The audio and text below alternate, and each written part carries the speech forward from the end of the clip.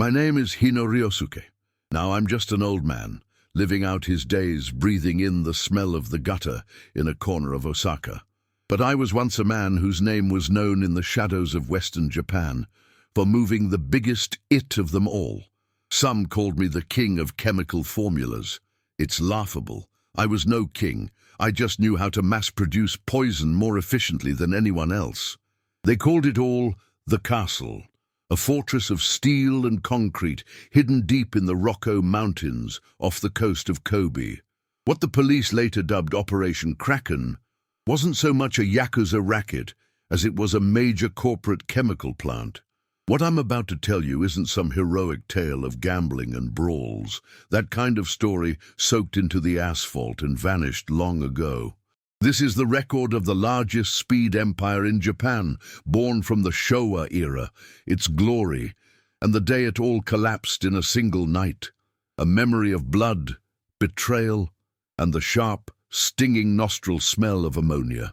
The story begins in the 1950s. In the immediate aftermath of the war, in Osaka, scorched earth. That is the first scene of my life. The smell of the incendiary bombs the B-29s dropped, and the smell of human flesh burning. That is what we lived in. We weren't Yakuza yet. We couldn't carry such a respectable sign.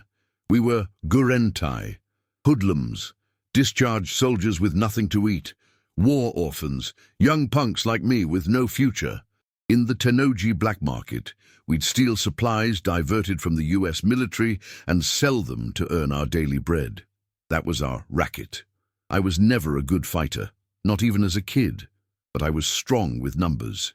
I knew which stalls in the black market were making how much, when and where the GIs were moving their goods. I memorized it all, writing it down in a ledger. The one who picked me up was the Oyabun of the Takeda Gumi, a one-eyed man who boasted he'd taken his name from Takeda Shingen. He'd be knocking back cheap shochu in the black market, his finger tracing the numbers in my book. Ryosuke, you've got good eyes. The Yakuza from here on out can't survive on just knives and guns. If you can't count the money, you won't last. Udi, when we entered the 1960s, the winds changed. The economic boom from the Korean War. Japan was delirious with the fever of reconstruction, but as the light grew stronger, the shadows deepened. What do you think was the #1 product in the black markets back then? Rice? Booze? No. Hiropon. It was originally a military supply. That white powder. The stuff they said the kamikaze pilots injected to forget their fear. After the war, it flowed into the civilian population. It was sold in pharmacies under the complicated name fatigue-removing stimulant, and factory workers and students taking exams would shoot ampules to forget their exhaustion. But soon, the country banned it. Hereupon became a narcotic called kakusei, stimulant. From the world of light to the world of darkness. Even now I remember the glint in Oyabun Takeda's one eye. Ryosuke, the country has banned it, which means, from now on, it's our product. The first cook was awful, in the basement of a defunct clinic in a Kitaku back alley. We brought in a guy who'd been a medic in the Imperial Army and tried to cook it by just copying what we'd heard. The ventilation was bad, and the chemical smell leaked outside. The neighbors reported it, and the cops stormed the place in no time. The medic was arrested. I barely escaped out the back. The Oyabun didn't hit me. He just said coldly, "We get caught because we're doing this crap in the middle of the city. Besides, the product is too low quality. This won't make us any money." The Oyabun was right. Speed, shabu, is difficult to make. Temperature control, chemical purity, the mix. One mistake and it's just poison, or worse, it explodes. While the world was in an uproar over the Anpo protests, we built our second factory, this time in Sakai, right in the heart of an industrial zone. We hid the smell of the cook behind the noise of the steelworks, running the exhaust fans at full blast. But that didn't last long either. This time it wasn't the smell, it was a fire. The source exploded in the middle of the night, taking the neighboring plating factory with it. a total burnout. Luckily, no one died, but the fire department and the police started a thorough investigation, and we had to abandon everything and run again. 2 failures. The family's coffers were running dry. Some of the young guys started whispering, "The Oyabun's finished. We should stick to good old-fashioned gambling."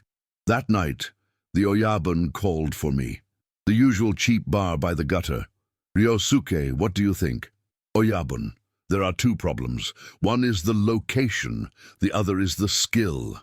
If we let amateurs cook by guesswork, we'll just repeat the same mistakes." "Skill, huh? We need an expert, a real chemist." I pulled a memo from my breast pocket, the result of several days of research. At a certain university in Osaka, there's a man who was called a professor of organic chemistry.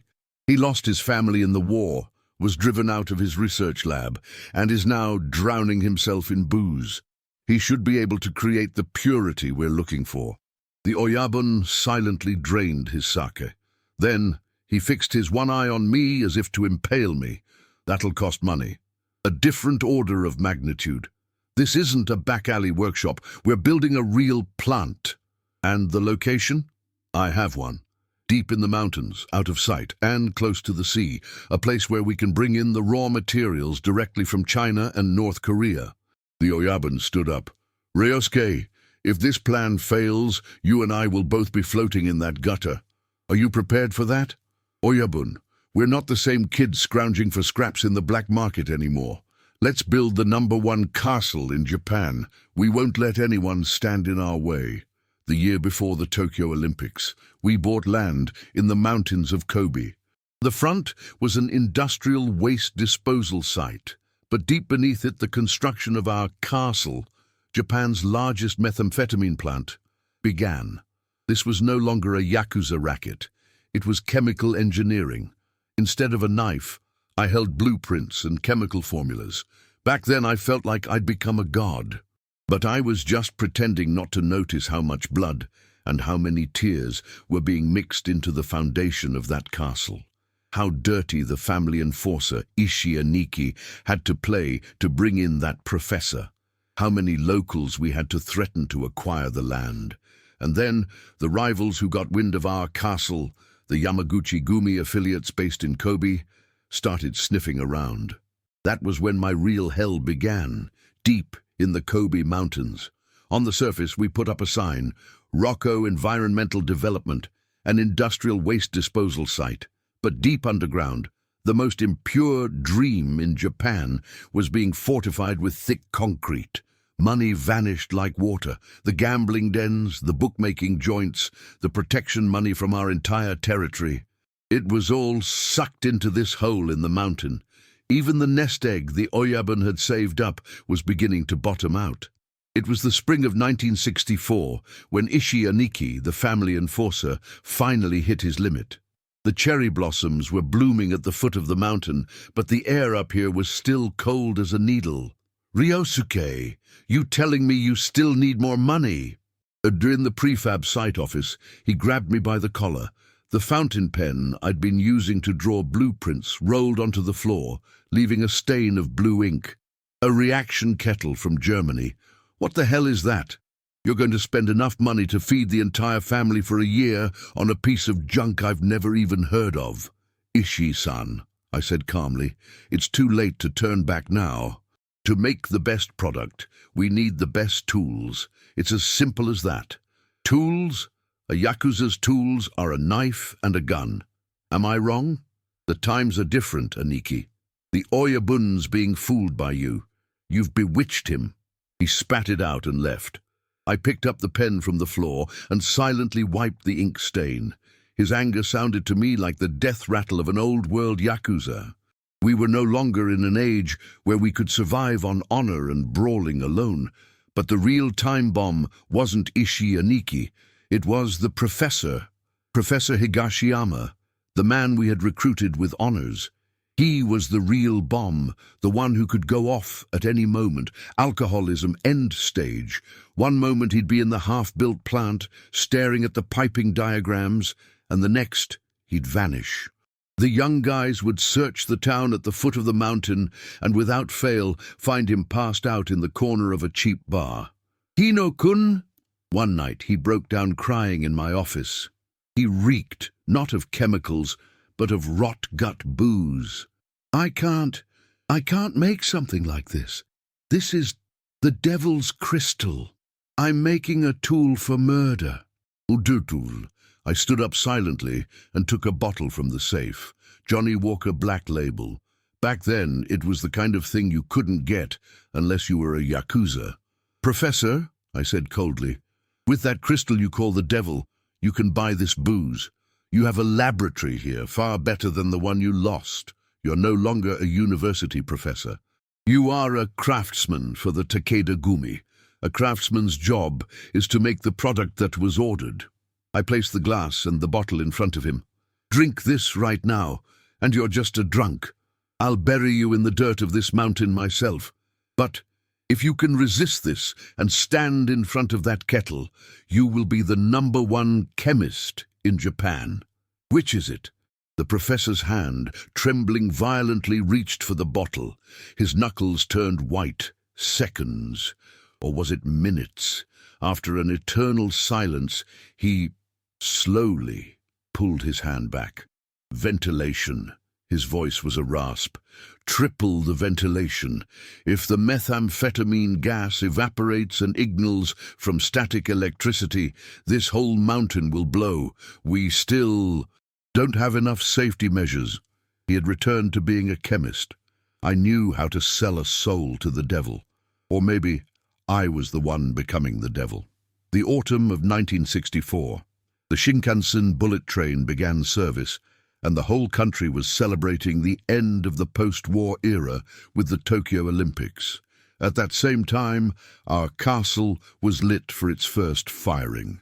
Odin, the underground plant, was a sight from another world, like the inside of a spaceship from a science fiction movie. Giant stainless steel kettles hummed, and a strange golden liquid flowed through a complex web of glass pipes. The professor, like the conductor of an orchestra, was drenched in sweat, his eyes darting between the thermometers and pressure gauges. "Temperature!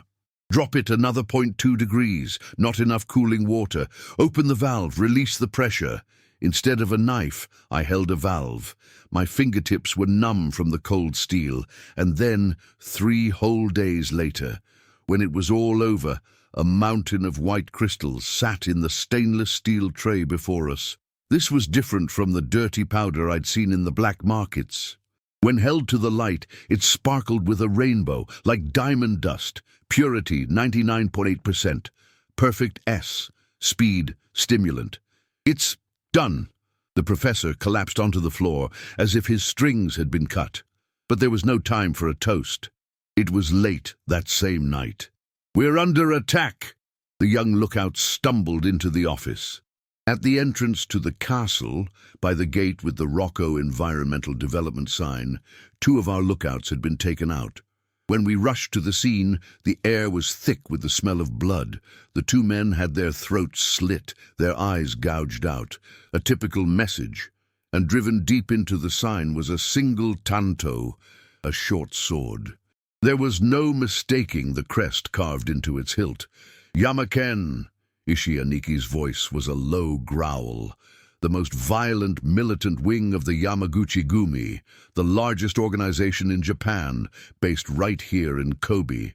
They knew about our castle. No, they had known all along. They had let us swim, let us finish it. Until this very moment. The air in the office was frozen. "What do we do, Oyabun?" Ishianiki's fists were clenched. "Is this war? I'll go. I'll take their heads. We can't let them get away with this disrespect." "Wait," I cut in. "If this turns into a war, the cops, Satsu, will find this place. If the cops get involved, the castle is finished. Everything will be for nothing. So what? We just sit here and take it? Ryosuke! 2 of our brothers were murdered." Ishianiki moved to grab me again. "Ishi!" The Oyabun's voice, low and crawling, filled the room. "Ryosuke is right. Now is the time to endure." "But..." The Oyabun looked at me. His one eye was lit with a murderous light. "Ryosuke, you will fix this with money. Find out how much we have to pay the men above Yamaken to make them shut up. Go." I'll never forget that moment. I was ordered to handle this problem not as a Yakuza, but as a businessman. Ishii Aniki was looking at me with eyes full of despair.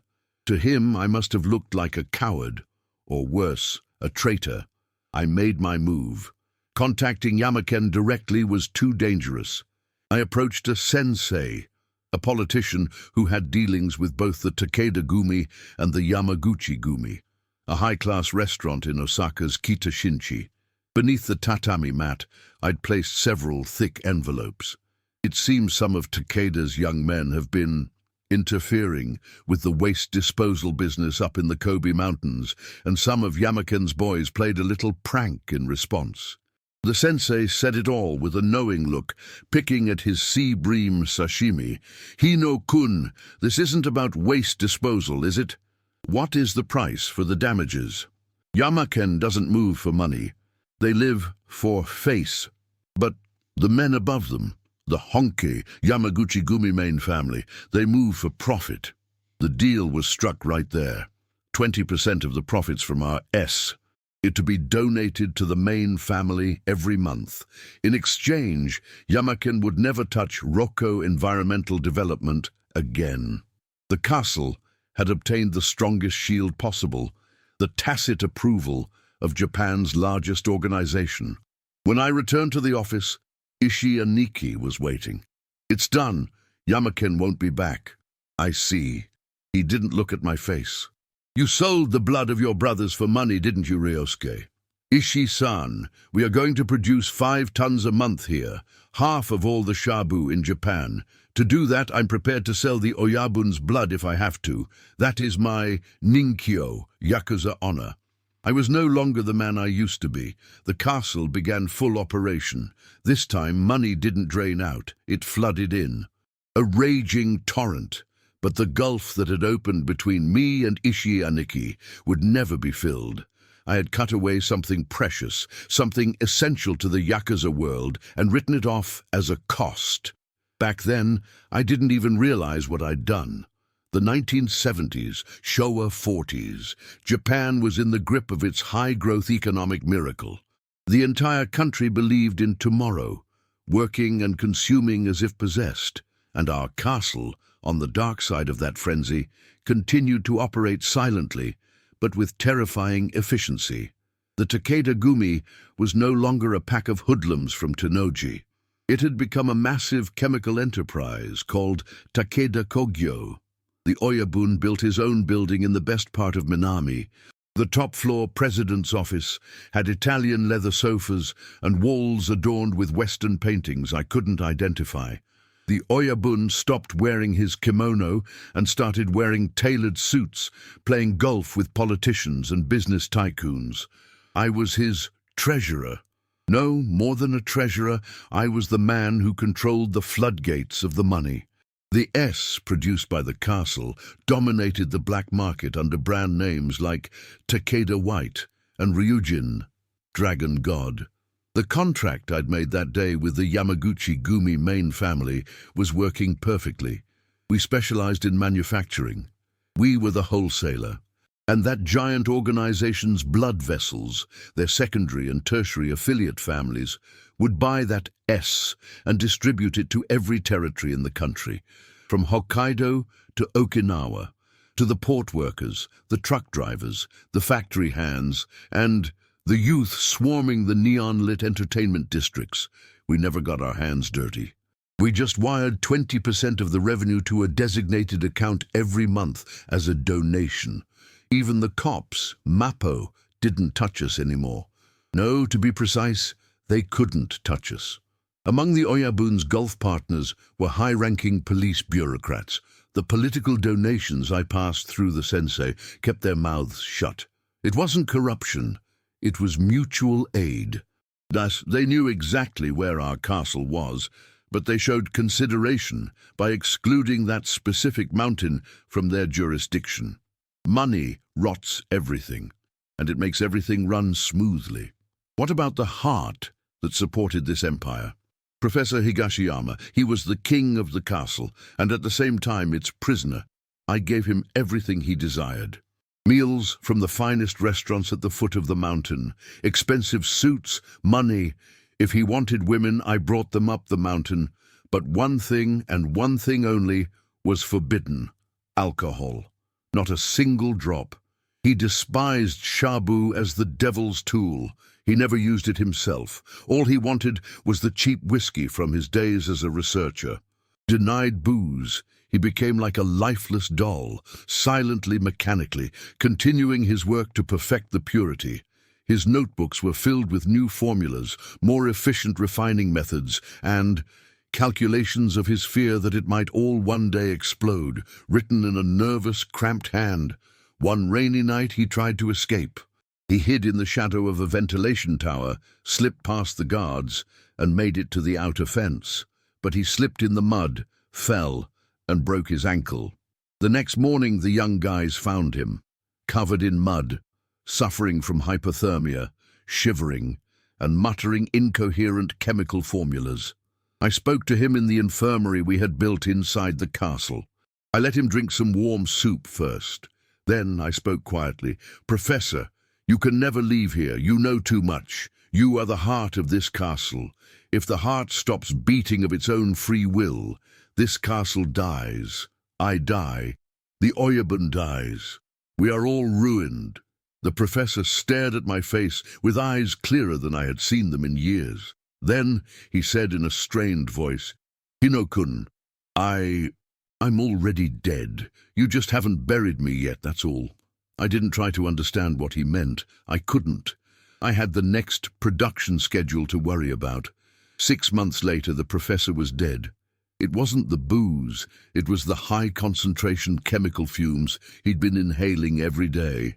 They had completely, utterly burned out his liver and lungs from the inside. The doctor called it fulminant chemical hepatitis. I buried him deep within the castle grounds, under the concrete foundation of a new warehouse. No grave, no name. The heart of Japan's greatest speed empire turned to dirt beneath a mountain of the poison he himself had created, unknown to anyone. I wasn't sad, or rather, I couldn't afford to be. In my hand, I held the notebook he had left behind, the blueprint of the empire, which contained the perfect formulas and the entire manufacturing process. The heart had stopped. But as long as I could read this blueprint, the castle would keep running. But I was beginning to realize that the prosperity of this castle was bringing about another death. The death of Ishianiki's Ninkyo. Ironically, as our S spread across Japan, the place that rotted the deepest was our own backyard. The Takeda Gumi's traditional territories in Tennoji and Tobita Shinchi. Ponchu, speed addicts, were everywhere, shaking, screaming, stealing. The shopkeepers that Ishianiki had protected with old-fashioned honor were now being attacked by addicts. The gambling dens he ran as his racket were ruined, unusable, because of junkies going crazy. One night, Ishianiki stormed into the president's office at the Takeda Kogyo building in Minami. The Oyabun and I were spreading out documents for our next investment, some legitimate-looking real estate deal. "Oyabun!" His voice, thick with menace, was completely out of place in a room lined with golf bags. This ain't a Yakuza's racket. It's not." He slammed a dirty plastic bag onto the Oyabun's ebony desk. Inside were used syringes, caked with blood. "Yesterday, one of my guys found him, behind the old office in my territory. A kid, 15 years old. Had this in his arm, was foaming at the mouth. He was still breathing, but he wasn't human anymore. I had it checked. It was ours. It was Ryujin." The Oyabun looked away, uncomfortable. He looked at me. His eyes signaled, "You handle this." I stood up, gathered the documents, and said coldly, "Ishii-san, that's a tragedy. But that's a problem for the street-level dealer. Our business is manufacturing and wholesale. We are no different from Toyota building cars. We deliver a top-quality product to a legitimate distributor. If someone down the line speeds and gets into an accident, it's not Toyota's fault." You! Ishii Aniki's face turned purple with rage. Ryosuke! Since when do you spout that kind of bullshit logic? We're not selling cars, we're selling poison. What kind of business is it to poison your own garden? Then what do you suggest? I continued. We shut down the castle right now? Throw away a racket that makes billions a month? The food your young guys will eat this month, the maintenance on this building, the sincerity the Oyabun pays to the sensei, it all comes from that poison. Ishii Aniki just stared at me, motionless. His anger was directed past me, at the Oyabun sitting behind me. Finally the Oyabun spoke, his voice heavy. Ishii, that's enough. Ryosuke is right. The times, they've changed. That was the final blow. Ishii Aniki looked at the Oyabun, like a child who had been betrayed by the one thing he believed in. He slowly uncurled his trembling fist, and then he bowed deeply. Osu, I understand. He left the office without another word, the sound of the heavy door closing. In that instant, I heard the sound of something of the old Yakuza, die. For the sake of numbers and efficiency, I had cut out the soul of the family. And the Oyabun, once so strong, had been captured by the magic of money and had allowed that death. Our castle was indestructible, but buried beneath its foundations were the bones of the professor and the ninkyo of Ishii Aniki, the 1970s, Showa 50s. The Vietnam War was a quagmire, and in Japan, the oil shock was rattling the nation. People were stampeding stores for toilet paper. There was a smell in the air, like the country was slowly waking up from the dream of high-speed growth. But our castle was immune to recession. If anything, the more unstable the world became, the more people sought to escape reality. Our kettles ran 24 hours a day, 365 days a year. I was no longer a Yakuza. Takeda Kogyo, Senior Managing Director, Hino Ryosuke. That was my title. My job wasn't to sharpen a knife. It was to manage the numbers in a Swiss bank account and to open up new routes to import raw materials, ephedrine, from China and India via shell companies in Hong Kong. The professor's notebook was my Bible. The men who had been the professor's assistants, men who had chemical knowledge, but not a shred of Yakuza loyalty, research lab washouts I'd hired with money. I had them repeat the work exactly as written in the notebook. They knew what they were making, but they also understood their families were being held hostage. To them, I wasn't an Oyabun. I was an employer. It was a perfect system. But the more perfect the system, the more the humans inside it rot. The one who rotted the most was the Oyabun. Oyabun Takeda had become completely old. The sharpness in his one eye, the one that had seen the value in my ledger in the black market, was gone. He just sat on the top floor of his building in Minami, surrounded by mistresses and yes-men drowning in antiques and golf. The castle was his magic money mallet. He had no interest in where the money came from, just a hollow shell waiting for the director's bonus to be deposited each month. And then Ishii Aniki. He existed like a ghost, still holding the title of Wakagashira, lieutenant. The reality that the money from our castle was feeding the family, funding the Oyabun's retirement and buying off the police. It tortured him.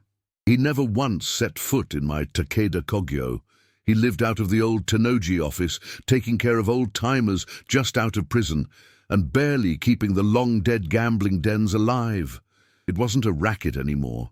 It was just a ritual to keep his sickness, his ninkyo, on life support. He stopped speaking to me, but his eyes were always killing me. And then, in 1977, the two pillars supporting our empire began to groan at the same time. The first sign was from the cops, Mappo. The Osaka prefectural police, who had been on our payroll for so long, started making strange moves. They started raiding the real estate companies we ran as a front, the clubs run by the Oyabun's mistresses for trivial violations. I called the sensei, politician, as I always did, but his tone was colder than I'd ever heard it. Hino-kun, you need to read the room. What do you mean? It's coming from the top. Tokyo. The National Police Agency is moving. You've all been too flashy. Eradication of synthetic narcotics. That's the new slogan. The Osaka police have their pride too. They can't pretend not to see your castle forever. After the call ended, I felt a cold sweat run down my back. They hadn't found the location of the castle, but the outer moat was being filled in. I learned later that the police had given this eradication plan a grandiose code name, Operation Kraken, the mythical sea monster. They saw my castle as a monster. And right after that, the second pillar, the call from the Yamaguchi-gumi, the very organization that was supposed to be protecting us. It wasn't the usual call to arrange the donation. A high-ranking executive from the Honke main family wishes to speak with Director Hino. The meeting was at a hotel in Shin-Kobe, the top-floor suite. When the Oyabun and I entered, it wasn't the Yamakin guys. It was two men from the main family, a much higher rank, sitting there smoking cigars. The air was heavy. "Oyabun Takeda, Hino-san. Thank you for coming." The man spoke less like a Yakuza and more like a bank president. "I'll be direct. Times are tough for us too. The oil shock, the ports and construction businesses aren't what they used to be." The Oyabun just smiled obsequiously. I said nothing, waiting for him to continue. "About that Rocco environmental development matter." I felt a cold hand squeeze my heart. Environmental development. He used the exact name of our front company. Regarding the donation for that. Starting next month, we'd like to raise it from 20% to 50%. The Oyabun's face twitched. 50%. That wasn't a donation. That was extortion. I suppressed the urge to tremble and answered coolly. "That's impossible. If you take 50%, we can't operate. More importantly, that's not what we promised." "Promise?" The man smiled for the first time, a cold reptilian smile. "Hino-san, you get to sleep soundly in that mountain because we are holding back the Yamakan boys. Think of it as your security fee going up. Besides," he delivered the killing blow, "it's been a long time since Professor Higashiyama passed away, hasn't it? We hear that you alone now hold his notebook. If you were to say, get into a fatal car accident, what would happen to the castle?" My blood turned to ice. They knew. They knew the professor was dead, and they knew I was the only one with the recipe. They had a perfect picture of our internal affairs. "We'll need your answer within a week." That's all they said before they left. In the car on the way back, the Oyabun just kept repeating, "What do we do, Ryosuke?" like a mantra. I dropped him off at the building in Minami and alone drove the car toward Tennoji, to the old office where Ishii Aniki lived. It had started to rain. When I opened the door, he was alone, under a single naked light bulb, polishing his knife. "What do you want, pencil pusher?" I stood on the tatami, my coat still wet. "Aniki, you sold us out to the Honki." Ishii Aniki's hand stopped. "What are you talking about?" "The professor's death, my notebook. No one else could have known. You told them everything." He slowly raised his head. His eyes, they had that same sharp light from when I first joined the family. But it wasn't the light of Ninkyo. It was the light of hatred and resolve bordering on madness. That's right. He admitted it. I leaked it. That monstrous castle doesn't belong to the Takeda-gumi anymore. It belongs to you. It's just a money-making tool for you and that senile old man. Do you have any idea what you've done? It's not just our problem anymore. The cops are sniffing around. If we fight with the Honki now, we'll be crushed from both sides. Good. Ishii Aniki slowly stood up. He sheathed the polished knife. "Ryosuke, I'm going to destroy the business you started. The peace you bought with money must be washed away with blood. That is my Ninkyo. The real justice that you abandoned. You're insane." "Who's insane?" "The man who poisons his own territory with shabu, and the boss who uses that money to play golf. You and him, that's who's insane." He walked past me out into the pouring rain. I'm going to the Honke to tell them you refused the 50% and to tell them that my Ishigumi is seceding from the Takeda Gumi. I'm giving this castle to real Yakuza, to the Yamaguchi Gumi. I'll guide them in. In exchange, they're going to let me take your head. Betrayal. It was such a pure, unadulterated impulse for destruction. I had miscalculated. I had tried to measure the madness of Ishianiki's Ninkyo with numbers. My empire wasn't crumbling from the outside. It was being destroyed from the inside by the oldest code of all. Ishianiki's back vanished into the downpour. I'm going to take your head. Those weren't the words of a Yakuza threat. That was a death sentence passed down by the old world against the new business. I lunged for the black rotary phone in the office. My fingers trembled as I dialed the direct line to the top floor of the Takeda Kogyo building in Minami. I had to tell the Oyabun. I had to report this rebellion. But the voice that came through the receiver wasn't the Oyabun's aide or his secretary. It was the high-pitched squeal of a young drunk woman. "Get me the Oyabun now!" A few seconds later, the Oyabun finally picked up. In the background, I could hear the tinny sound of cheap karaoke. "Oh, Ryosuke, what is it? You sound so serious. Is it about the Honke? Don't worry. I'll ask the sensei to put in a good word." "Ishianiki has betrayed us," I screamed, cutting him off. The karaoke music on the other end stopped. "What did you just say?" "Ishianiki sold our inside info to the Honki. The professor's death, my notebook. The 50% demand was just a setup he orchestrated. He's planning to crush us." There was a long silence. Even through the receiver I could hear the sound of the rain. Finally, the Oyabun's voice came back, as if squeezed from his throat. "Ryosuke, couldn't it be? You're mistaken. Ishii, betraying me? Don't be ridiculous. That man has followed me and only me since the black markets. Wake up, Oyabun." I gripped the receiver. "Ishianiki can't see your back anymore.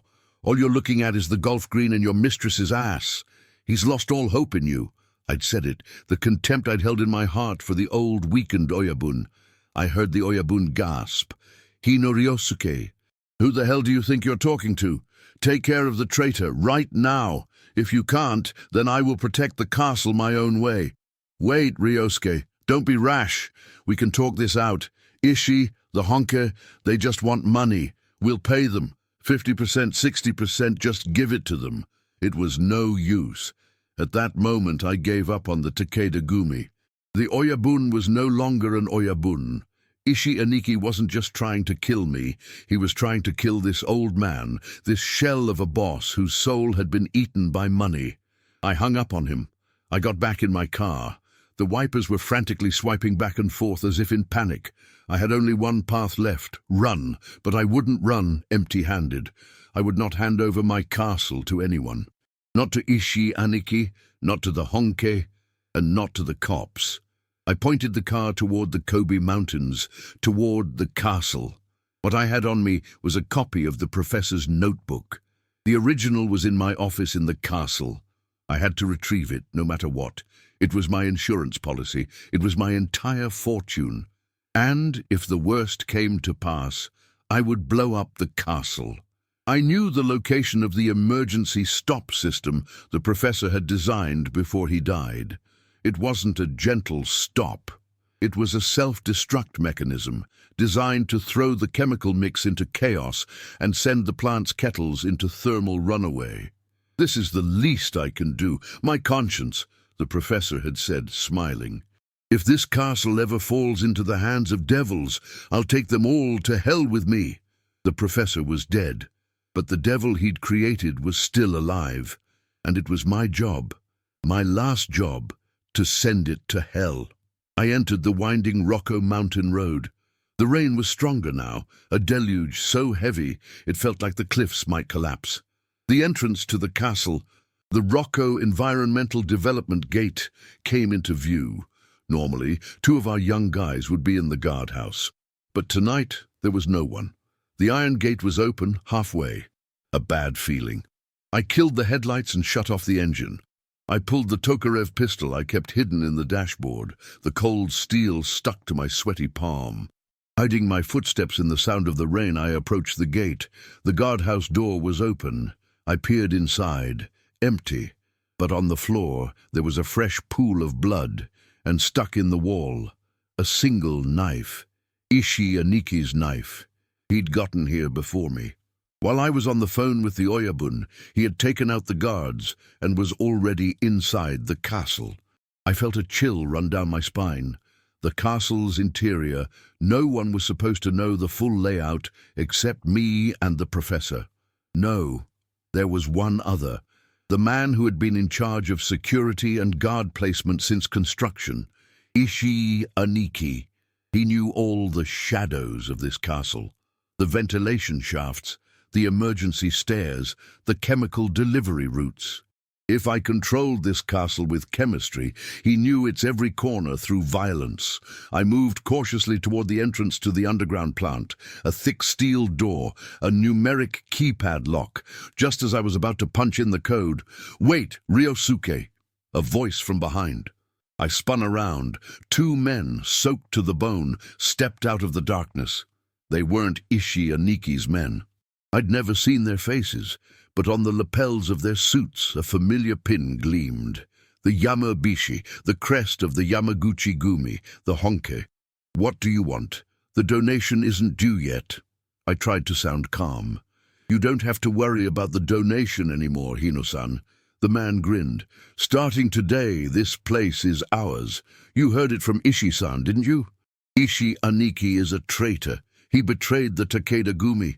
Traitor, that's a nasty word. He's fulfilling his duty. He abandoned a rotten boss and a toy executive who only plays with numbers, and sided with real Yakuza. The men slowly closed the distance.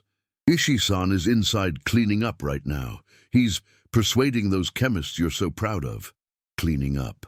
The faces of the few researchers who could understand the professor's notebook flashed in my mind.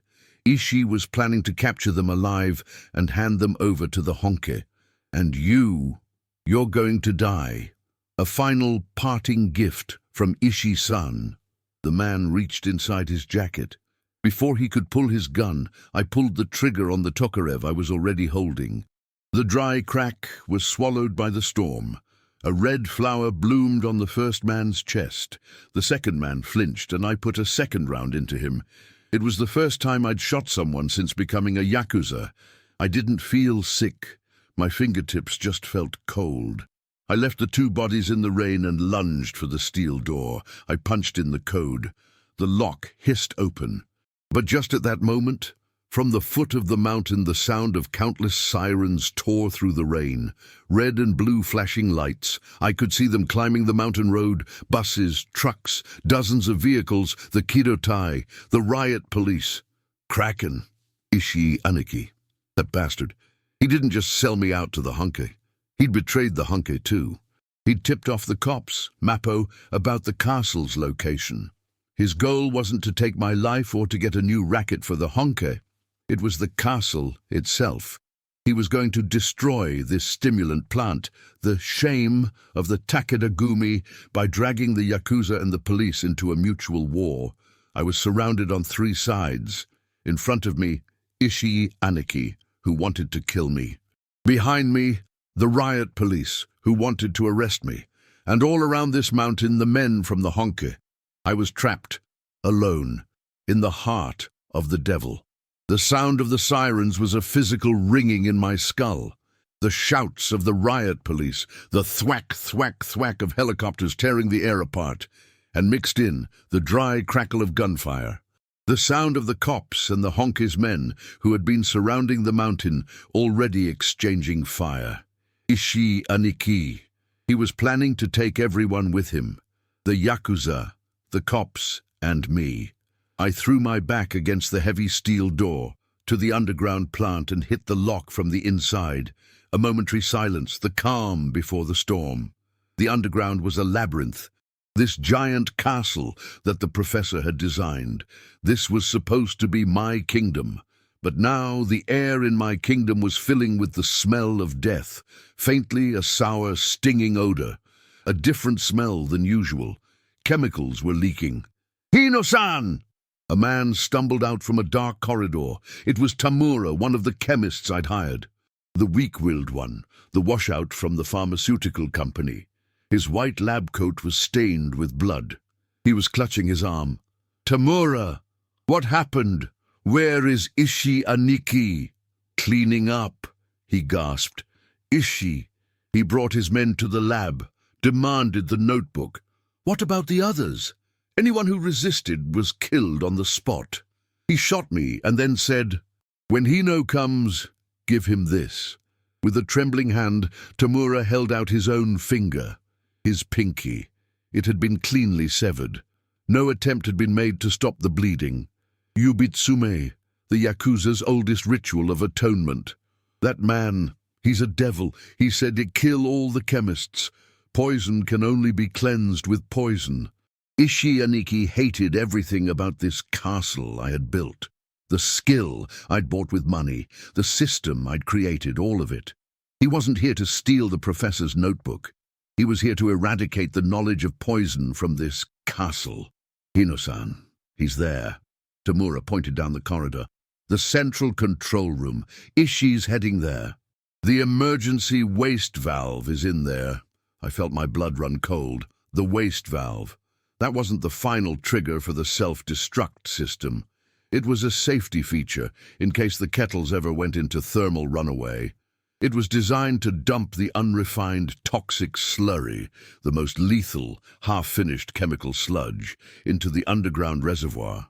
But that reservoir, it connected to the mountain spring water that Rocco Environmental Development used as its front. It was one of the water sources for the city of Kobe. That bastard! I realized the most terrible flaw in the system I had created. Ishi wasn't going to blow up the castle. He was going to unleash the poison this castle had made all over the city of Kobe. Yakuza, police, and innocent civilians. Indiscriminate terrorism, dragging everyone in. That was the final form of his Ninkyo. "Hino-san, run!" Tamura's words were cut short. A knife, lunging from the darkness behind him, plunged deep into his neck and was ripped out. Blood sprayed my face. Tamura collapsed without a sound. Standing over him, drenched in blood, was Ishi Aniki. "You're late, Ryosuke." His eyes were as cold as they'd always been. In his hand, a bloody knife. He was flanked by a few of his loyal men, the old-timers, holding shotguns and pistols. The ones who, while I was counting money in the Minami building, had stayed in Tennoji, believing only in this man. "Aniki, you're insane. You're going to take the city with you." "You're the one who's insane, Ryosuke." Ishi Aniki took a step forward. "How many people do you think have gone insane from the poison you spread? How much do you think the Oyabun's soul has rotted from the money you made off that poison? I'm just here to clean it all up. The Oyabun is finished. The family you're supposed to protect is gone. The family isn't just the boss. It's the name, and it's my duty. You stained them both with money, and for that you die here." "Shoot!" Aniki yelled. His men's muzzles flashed. I dove into a chemical supply closet off the corridor. Bullets chewed through the concrete wall, shattering glass bottles. A powerful, acrid stench instantly filled the hallway. Cough, hack! I couldn't breathe. I couldn't open my eyes. "Get him! Finish him!" I could hear Ishi Aniki's voice through the smoke. I crawled across the floor of the supply closet. Right, the original notebook was in here, in my office, safe. But first, the control room. I had to stop Ishi, or Kobe was finished. I grabbed a gas mask from the floor and jammed it over my face. Then I reached for a lever hidden on the wall, behind a chemical shelf. The back passage, an emergency escape duct known only to me and the professor. It connected directly to the control room. The duct was pitch black. The only sound was my own ragged breathing. From above I could hear muffled, continuous explosions, as if the riot police were using explosives to breach the thick concrete. A few minutes later, I was at the ventilation grate beneath the control room floor, peering up. Ishi Aniki was there. He was standing in front of the control panel, a complex array of valves. and in his hand he gripped the largest of them all, the main waste valve. He was slowly turning it, a horrible grinding sound of heavy metal. "Stop!" I kicked open the grate and scrambled into the control room. I raised the Tokarev. Ishiyaniki didn't even look surprised. He just turned, slowly, to face me. There was even a smile of satisfaction on his face. "You made it, Ryosuke." "Take your hand off that, Ishi. Do you know what happens if you open that?" "Yeah, I do." He kept his hand on the wheel, his eyes locked on mine. "The cleansing begins. This castle of scrap you built, this city stained with shabu, it all gets reset. That's not a cleansing. That's mass murder." "So what?" He put more force into it. The valve's needle was approaching the red line. There was no time. I put my finger on the trigger. "I built this castle. Then it's my responsibility to end it. Farewell, Ryosuke." Just as he tensed, about to give the wheel a final forceful turn, the ceiling of the main plant room, the room on the other side of the thick, bulletproof glass where the giant kettle sat, it exploded inward. The riot police. They'd used explosives to breach the ceiling and were rappelling down, one after another, black-clad, gas-masked, the special assault team. "Don't move! Drop your weapons!" For a second, Ishiyaniki stared at the ceiling, stunned. This breach was not part of his plan. And then he looked at me. His eyes, they weren't filled with hatred. It was a look, as if he were entrusting me with something. Instead of turning the wheel, he used his last ounce of strength to do the opposite. He slammed his fist down on the red button on the far side of the panel, the one the professor had called the self-destruct, the emergency heating system. "Aniki! I'm going to hell anyway, and I'm taking you with me, Ryosuke." Alarms blared through the control room. The temperature gauges on the kettles instantly shot past the red line. "Thermal runaway! Thermal runaway!" A flat mechanical voice repeated. The worst-case scenario the professor had feared. This castle was going to blow. The alarms were tearing through my eardrums. Red, red, red. Everything in the control room was bathed in flashing red light. "Thermal runaway!" the mechanical voice repeated, like a Buddhist chant. Ishiyaniki was laughing. From the bottom of his gut, a laugh of pure joy. "See it, Ryosuke? This is the cleansing. This is my justice." He had, in the very heart of the system I'd built, slammed the one death switch I'd feared the most. The castle I built with money and numbers. He was going to blow it all away with a single mad obsession called duty. The cops, deckers on the other side of the reinforced glass, were screaming, "Breach! Breach the control room!" But it was too late. According to the professor's calculations, from the start of the thermal runaway to the chain reaction explosion, there wasn't even 2 minutes. "Aniki!" I raised the Tokarev. But there was no point in shooting. He had chosen his own death, and he was taking me and everyone else in this castle with him. "Come with me, Ryosuke. Let's burn together in the hell you created." Ishiyaniki spread his arms wide. Maybe this, for him, was the final honorable pose of an old-world Yakuza. But I had no intention of dying. I hadn't given up on business. I still intended to live on as Hino Ryosuke.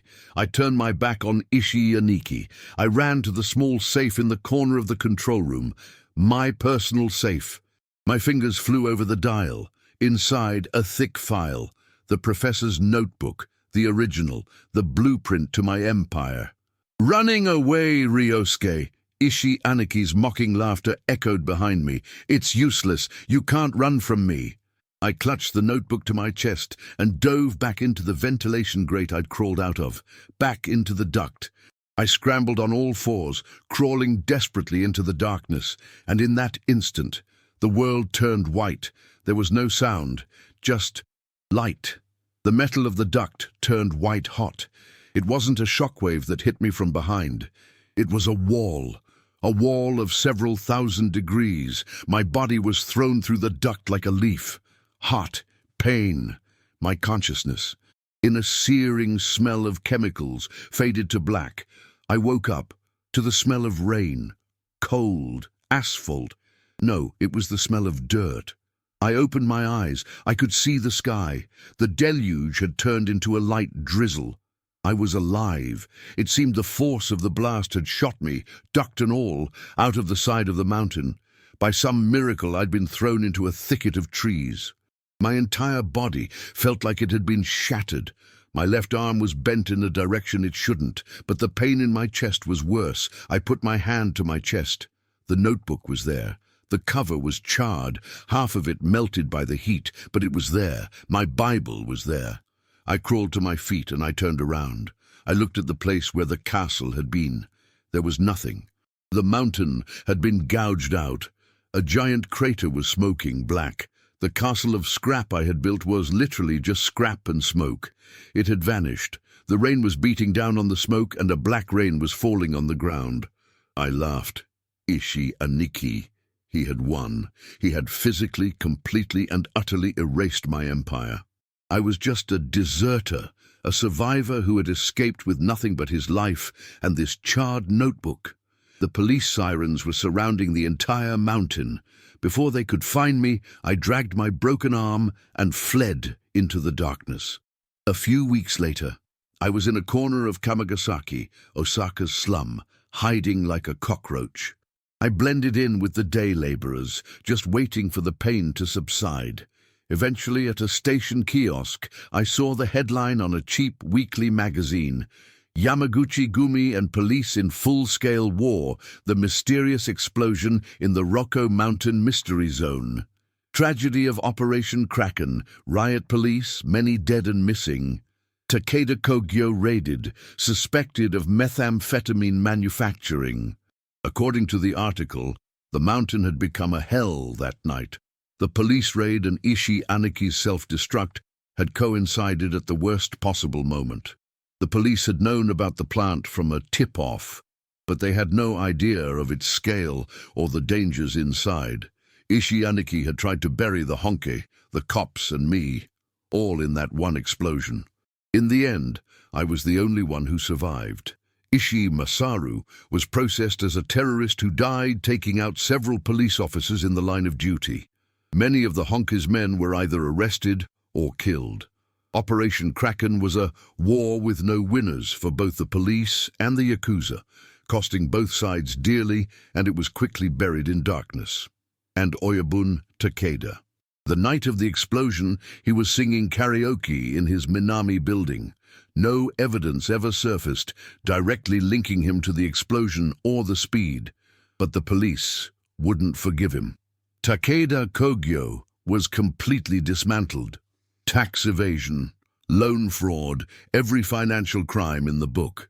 The Oyabun was arrested, that one sharp eye, the one that had seen my potential in the black market. They say that in the courtroom it was just the eye of a terrified old man.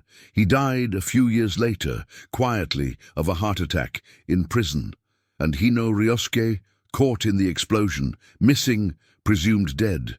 I became a man who was, on paper, dead. That's my life story, the rise and fall of the castle I built. The narrator returns to the present. And now I live in the shadows, in this port town that stinks of the gutter. Sometimes I open this charred notebook. Inside, the chemical formulas of the professor, which I'd copied as if I were a god, are still there, black as night. With this, I could still make that S, but I won't. I can't. My era, it ended with that Showa-era explosion. Was Ishi Aniki right? Even now, I don't know. But that look he gave me as he died, that mocking yet somehow trusting look, that is the one thing I can never forget. I abandoned the Yakuza honor and chose business. He hated business and chose to self-destruct for honor. We were both wrong. We were both just a giant poison produced by the Showa era. The S I created is still out there somewhere, changing its shape, changing its name, and continuing to eat human souls. The cleansing that Ishi Aniki wished for never came. All that happened was that our castle disappeared. It started to rain. This cold rain, it always reminds me of that night's black rain. And the smell of the smoke, ammonia. And the smell of burning human flesh, my life. Maybe it already ended back then.